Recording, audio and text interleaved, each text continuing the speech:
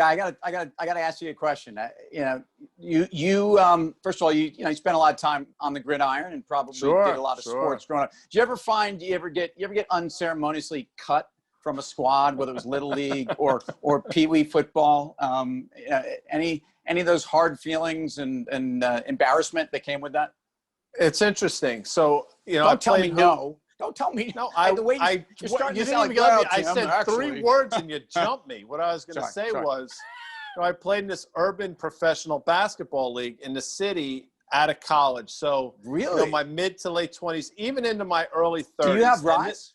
Do you have some hops? I was a decent hoop player, but it's at the point. So, but as I was getting into my early 30s, I'll never forget this. Okay, just as an aside, we played in all these gyms throughout New York City, and it was a pretty competitive league. It had probably 11 or 12 different levels. The first level was guys that played in the NBA and were working on Wall Street. Then they're hacks like me. But I'll never forget this. There was a loose ball, and the ball was rolling towards sort of center court, about to go out of bounds. And the guy from the other team was making a beeline to the ball, and I was as well. And in my head, I'm saying to myself, I'm going to blow this MFR up. I'm going to pretend to go for the ball, but I'm going to smoke him. Yard sale. And I did smoke him, but he hit me as hard as I hit him, and I'm like, holy shit, pardon my French. Normally, the guy would have flown into the crowd in my younger days. But this time, it was a bit of a stalemate. And it was at that point that I knew that my days of competitive hoops were over. So the answer to your question is yes. Why do you ask? The indignation of your pickup hoops game as a young adult when, some guy countered your girth with his own. Well, the reason, because look, this news after the bell about Exxon, I think, is extraordinary. So let me just give the folks the headline. Exxon kicked out of the Dow Jones Industrial Average. And so we're talking about one of the iconic American companies, and going all the way back to J.D. Rockefeller, Standard Oil, arguably one of the most political companies in our country's history, until recently one of the most valuable companies in our country's history, is now a proud warrior that's basically told to retire. It's, to me, this is a huge headline, even if it doesn't mean a whole lot tomorrow in the market. I think this is a big moment. Well, it speaks volumes as to what the people that create these, that vote on this. I have no idea how the whole thing works, but I will tell you that one of the factors that came into this, I'm convinced, is, and we've talked about this, and we've talked about it for a while, is this rise of ESG investing and where Exxon fits, and where basically, if you think about it, the energy space fits in this new world. And Exxon, the headwinds for Exxon prior to anybody ever hearing what ESG was were tremendous. And then you throw on top of that ESG, big cap energy names. And this now is sort of the final straw. Now, does it go back to the $30 level we saw in March, 6 or 7 months ago? I don't know. But I will tell you, there's probably a 38 handle in its immediate future. It's, to me, again, it just speaks to the changing of secular trends, both in investing and in the economy and in the world. And I've said this before, and I don't think I coined the phrase, but data is the new oil. Yeah. And 20 years ago, but definitely 15 years ago, in 2005, the oil trade and what was going on in commodities. Oil was geopolitics. Oil was global might and influence. Oil was the economic backbone of much of the world, and or the place that we needed to be. We needed to be self-sufficient. And if you think about where Exxon has come from, Exxon, I believe in 2017 was still in the top 10 most valuable companies in the world. Now it's $175 billion market cap, and frankly, Tesla is laughing at it. So it's just, there's so many things going on here. And there's so many ways that this is telling you, first of all, how technology is leadership. It kind of explains why we're going to war and toe-to-toe every day with China for control of technology. And it really is defining the new landscape. And then it gets you back to, look, the Dow Jones Industrial Average, I got to tell you, is almost, don't tell anybody, it's kind of a worthless index. I mean, I don't know anyone who says, even though I know a lot of folks and folks that aren't in the markets every day, they turn on the news and they want to know what the Dow did.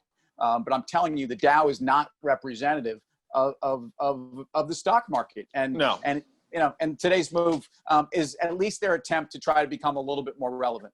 Well, you're right, obviously, just in terms of the math. The S&P 500 is exactly that, 500 companies, whereas the Dow is 30. So just the math suggests the S&P is a more valuable indicator and a broader range of stocks, obviously. But that exclusive club is still an exclusive club. Regardless, I'm sure there are a lot of companies that would love to be part of it, relevant or not in terms of what it means for people like us to talk about averages and indices and those types of things. But again, it's what's fascinating to me is just we've gotten to be energy independent in this country, probably awesome. at the time where you awesome. don't necessarily need to be energy independent. And the irony is Yep. fossil fuels could go by the way of the dinosaur, which I think the irony isn't lost on anybody. And I don't think we're that far away from it. So again, I'm not saying Exxon's going to zero, but there's, the reasons to own Exxon are fewer and fewer with each passing day. And this announcement today is a big one. I agree with you. Yeah.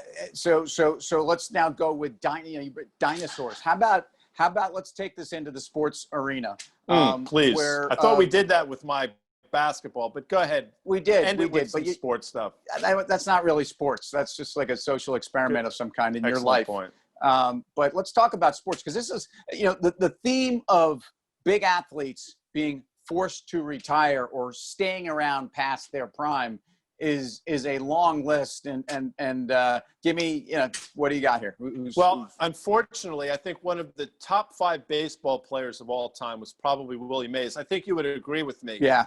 But, and I'll use the word, it was embarrassing, his swan song with the Mets. And it's fitting, actually, it was. that a proud warrior like Willie Mays was summarily, basically, you remember that sort of unfortunate incident in center field when he was flailing after a fly ball. I mean, speaks volumes, not necessarily the great Willie Mays, but the Met franchise, which once again, I will point out that I have no love for whatsoever. I know this. We don't need to do that now.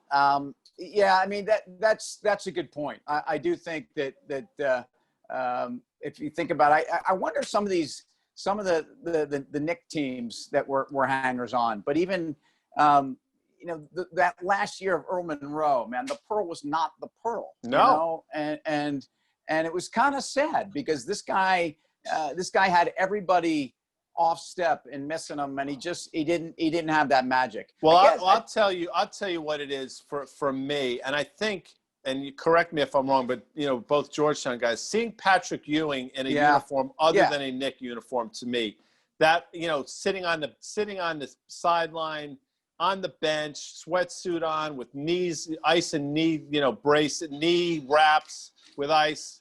I mean, that to me is the ultimate. What you're talking about is guys that stayed along too long. Patrick with, I think, the Supersonics, whoever he finished his career with. The irony, of course, because when we ushered in the Twin Towers, we waved in one Marvin Webster, the Human Eraser. The Human Eraser. One of the great nicknames of all time. I mean, maybe tomorrow we should do great sport nicknames, because we're running out of time tonight. Great sport nicknames of all time. And as we go out, give me 2 or 3 of the saddest athletes forced to retire before their prime. Sandy Koufax, no doubt. Yeah. You mentioned before this Bobby Orr, bad knees. I think Bobby Orr or something. A guy like, I tell you, here you go. I can't think of his name, but the guy that got beamed, Eric Lindros. Pat LaFontaine. But the Boston Red Sox that got beamed, and why can't I think of his name? I'll think of it tomorrow. No, it's not Bernie Carbo. Tony Canigliaro. Jinx. Yeah. See you tomorrow. Tony C. See you tomorrow. Later.